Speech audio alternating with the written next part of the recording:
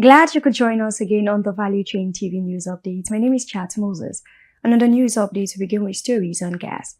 The commercial manager of the Nigerian Liquefied Natural Gas (NLNG), engineer Tolulope Longe, has said that with Nigeria's large gas reserve, the nation has an opportunity to drive economic growth and stability, as well as impacts the global economic sector.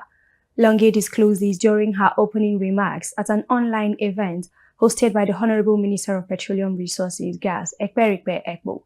She noted that the gas available in the country can be explored for not just cleaner transportation fuel, but for a variety of things like feedstock in fertilizer, which could greatly boost the agricultural sector. Longe identified 3 key areas that need work in order to bring about change in the sector, including infrastructure, regulatory framework in terms of policies, and area of investment. Current financial reports released by the Nigerian National Petroleum Company Limited (NNPC) reveal that the country's oil company pledged 221,000 barrels of crude per day to settle its $6.55 billion debt incurred in 2023. The NNPCL's financial statement, which was unveiled during a press briefing in Abuja, showed that of the total debt, $1 billion was for the rehabilitation of the old and new Port Harcourt refinery, $1 billion for acquisition of Dangote refinery equity stake, $3.3 billion for forex stabilization, $950 billion for general corporate purpose, and $300 million for the acquisition of OML 86 and 88.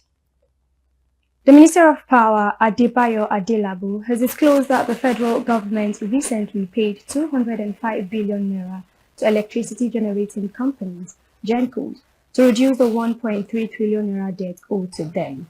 Speaking during a visit by the House of Representatives Committee on Power, the minister, Adelabu, pointed out that most electricity consumers in Nigeria currently pay less than the actual cost price of 120 naira per kilowatt hour.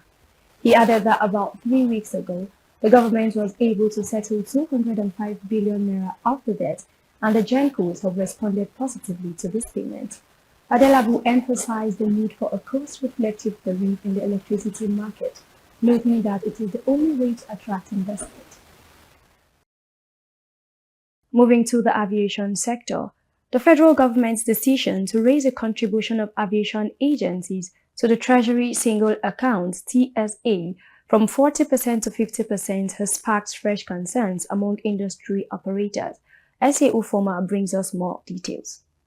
Previously, there was significant debate among experts regarding the government's rationale for imposing the TSA policy on cost recovery agencies in the air transport sector, which initially required a 25% deduction from their revenue, later increased to 40%. The recent announcement of an additional 10% increase in remittance has escalated tensions, causing panic among stakeholders in the industry. In a circular dated December 28, 2023, Minister of Finance and Coordinating Minister of the Economy, Wale Edun, directed parastatals classified as super agencies to remit 50% of their internally generated revenue.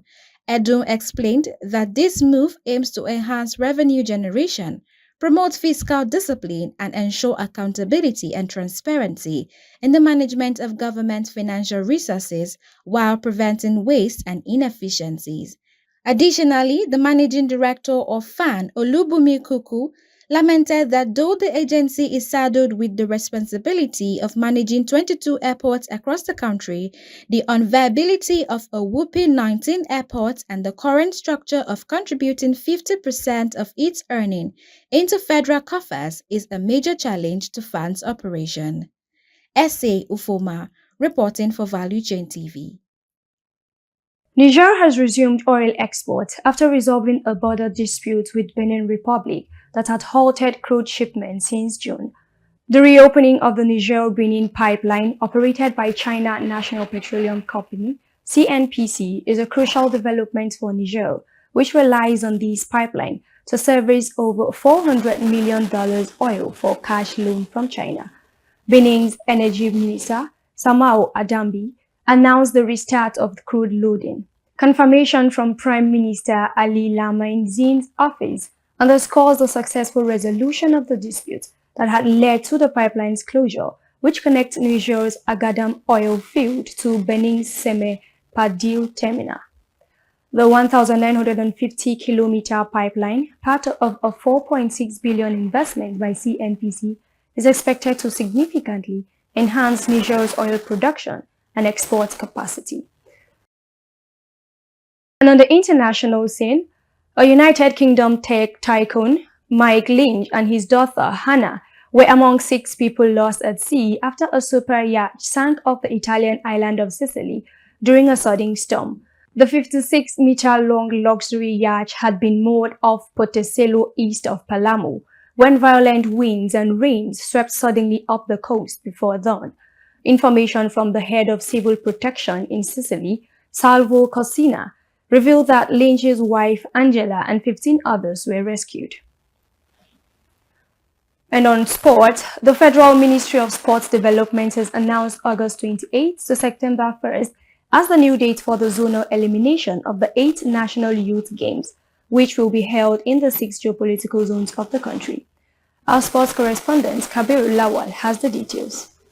The new date was confirmed following the arrival of the top officials of the Federal Ministry of Sports Development from the Paris 2024 Olympics. The initial date for the zonal elimination was moved due to the protests that rocked the nation between the 1st to 10th August 2024. During the games, the states that will be participating in the games like baseball, basketball, cricket, hockey, football, handball, volleyball, and rugby. That's sport news for Value Chain TV. Kabir Lawal reporting. And this ends the Value Chain TV news update. I remain Chat Moses. Thanks for watching.